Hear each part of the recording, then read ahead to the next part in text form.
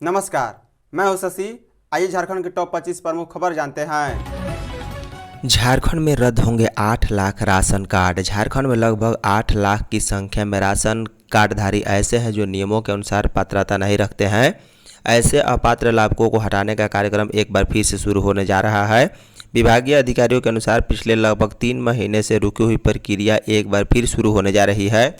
केंद्र सरकार ने जिन तथ्यों के आधार पर अपात्र लाभुकों का नाम काटने की बात कही थी, उन्हीं तथ्यों को आधार बनाते हुए कार्रवाई की जा रही है। पूर्व में केंद्र सरकार की ओर से जारी आदेश में लगभग 8 लाख अपात्र लाभुकों को हटाने का निर्देश दिया गया था। भारत सरकार ने जिन लाभुकों का नाम सूची से हटाने का निर्देश दिया है, उनमें सर्वप्रथम ऐसे लोग हैं जिनकी डुप्लीकेट आधार बना हुआ है। इसके अलावा उन लोगों का भी नाम हटाना है जिनकी मृत्यु हो चुकी है और जिनके नाम से मृत्यु प्रमाण पत्र जारी हो चुका है। वहीं 6 लाख से अधिक आमदनी वाले लोगों का नाम भी काटना है। इसके पीछे का तर्क यह है कि उनकी आर्थिक स्थिति अच्छी है। पिछले 2 महीने के आधार का पोर्टल बंद था। आधार पोर्टल से आंकड़ों को इंटीग्रेट किया जा रहा है, जिसके माध्यम से फर्जी राशन कार्डधारियों का नाम उजागर होगा। दिसोम गुरु शिबू सोरेन को पद्म भूषण। झारखंड के कदावर नेता और दिसोम गुरु के नाम से विख्यात शिबू सोरेन को लोक कार्य के क्षेत्र में उनके अतुलनीय योगदान के लिए मरणोपरांत देश के प्रतिष्ठित पद्म भूषण सम्मान से नवाजा गया है। राष्ट्रपति द्रौपदी मुर्मू ने राष्ट्रपति भवन में आयोजित एक भव्य समारोह में यह सम्मान प्रदान किया है। दिसोम गुरु शिबू सोरेन की ओर से यह सम्मान उनकी पत्नी रूपी सोरेन ने ग्रहण किया। वे व्हील चेयर पर बैठकर मंच तक पहुंची, जहां राष्ट्रपति द्रौपदी मुर्मू ने उन्हें यह प्रतिष्ठित पुरस्कार सौंपा। यह क्षण पूरे झारखंड और सोरेन परिवार के लिए बेहद ही भावुक और गौरवपूर्ण रहा। इस ऐतिहासिक और गौरवशाली पल का गवाह बनने के लिए सोरेन परिवार के सदस्य भी राष्ट्रपति भवन में मौजूद थे। कार्यक्रम के दौरान झारखंड के प्रमुख नेता और विधायक कल्पना सोरेन के साथ साथ परिवार के अन्य सदस्य भी उपस्थित रहे। बकरी पालन के लिए 7 लाख दे रही झारखंड सरकार। राज्य सरकार ने ग्रामीण अर्थव्यवस्था को सशक्त करने के उद्देश्य से व्यावसायिक बकरी पालन को बढ़ावा देने का निर्णय लिया है। इसके लिए 70% तक सब्सिडी देने पर कैबिनेट से स्वीकृति मिल चुकी है। पशुपालन को बढ़ावा देने के साथ साथ राज्य सरकार का लक्ष्य है कि इसके माध्यम से ग्रामीण स्वरोजगार को बढ़ावा दिया जाए। इसके पूर्व में भी 370 करोड़ रुपए की जैविक प्रमाणन योजना के माध्यम से किसानों को सशक्त करने का प्रयास किया गया था और इसी कड़ी में यह योजना ग्रामीण क्षेत्र में रोजगार को बढ़ावा देने का एक बड़ा प्रयास है। बता दें कि प्रदेश में मुख्यमंत्री पशुधन विकास योजना के अंतर्गत संचालित व्यावसायिक बकरा बकरी पालन योजना के लिए 30 करोड़ रुपये के बजट को मंजूरी दी गई है।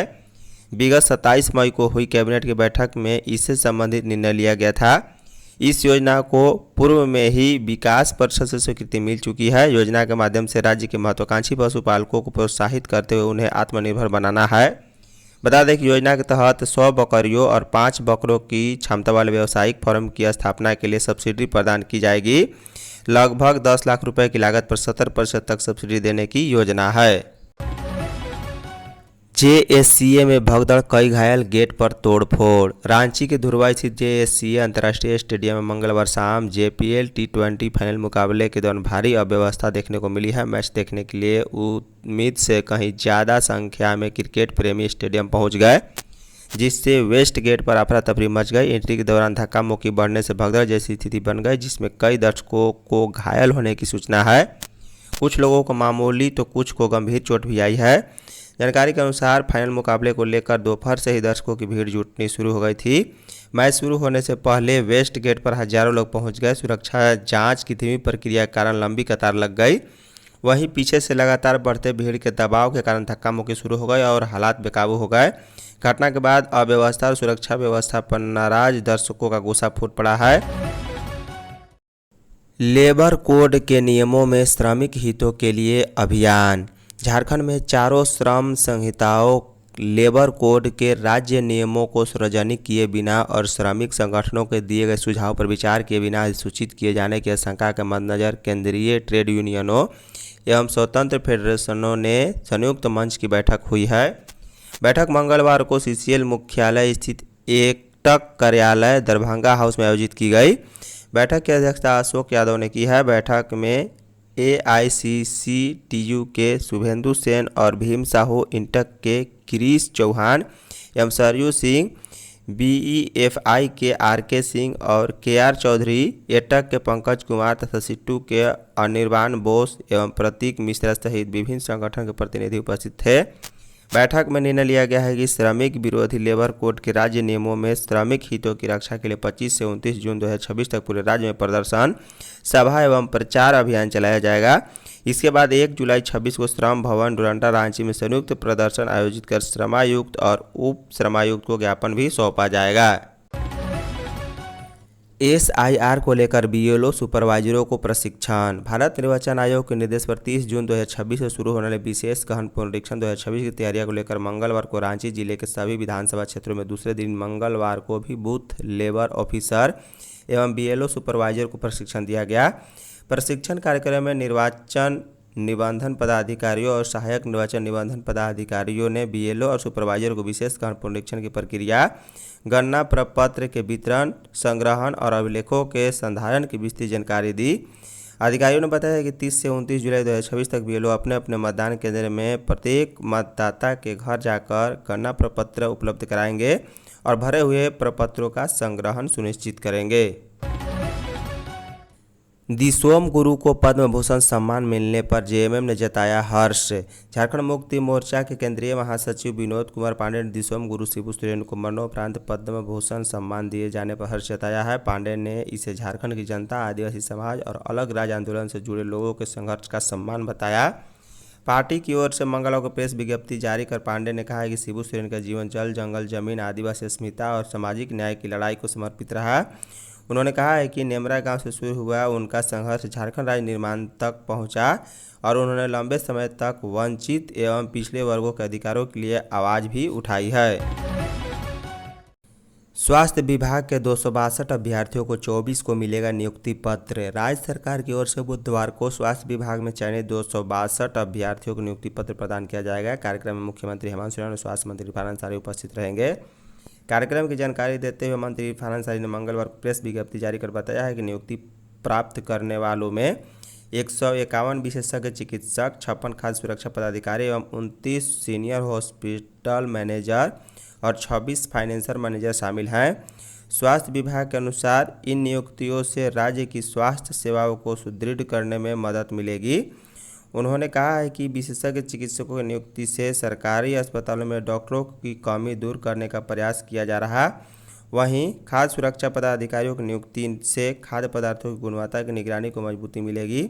सीनियर हॉस्पिटल मैनेजर अस्पतालों के प्रशासनिक संचालन को बेहतर बनाने में भूमिका निभाएंगे। झारखंड के किसानों को मिलेगा उत्पाद का पूरा दाम। झारखंड के किसानों के लिए बड़ी राहत और अवसर की खबर है। अब खेत में पैदा होने वाली फसल, फल, सब्जियां केवल स्थानीय मंडियों तक सीमित नहीं रहेगी बल्कि अंतर्राष्ट्रीय बाजार तक पहुंच सकेगी। राज्य सरकार की योजना post harvester management of horticulture and minor forest product के तहत रांची के नगरी में लगभग 9.5 करोड़ रुपए की लागत से अत्याधुनिक integrated packed house for handling and post harvester management of food एवं वेजिटेबल स्थापित करने जा रही है, जो झारखंड बिहार का पहला सेंटर होगा। यह परियोजना किसानों को उनके उपज का बेहतर मूल्य दिलाने और फसल की बर्बादी रोकने में अहम भूमिका निभाएगी। वहीं इसका मुख्य उद्देश्य बागवानी फसलों और जंगलों से मिलने वाले उत्पादों को सड़ने से बचाना और उन्हें प्रोसेस मूल्य संवर्धन करके उनकी सेल्फ लाइफ खराब ना होने की क्षमता और किसानों की आमदनी बढ़ाना है। कृषि मंत्री शिल्पी नेहा तिर्की ने बताया कि राज्य के किसानों को केवल पारंपरिक खेती तक सीमित नहीं रहना चाहिए, उन्हें बाजार की मांग और मूल्य संवर्धन पर ध्यान देना होगा। अल नीनो से प्रभावित किसानों को मिले विशेष राहत पैकेज। केंद्रीय कृषि मंत्री शिवराज सिंह चौहान ने मंगलवार को देश के सभी राज्यों के कृषि मंत्रियों के साथ आयोजित ऑनलाइन समीक्षा बैठक की है। इस दौरान झारखंड के कृषि मंत्री शिल्पी नेहा तिर्की ने राज्य सरकार द्वारा तैयार किए गए आकस्मिक प्लान प्रस्तुत करते हुए अल नीनो से प्रभावित जिलों के लिए केंद्र सरकार से विशेष राहत पैकेज उपलब्ध कराने की मांग की है।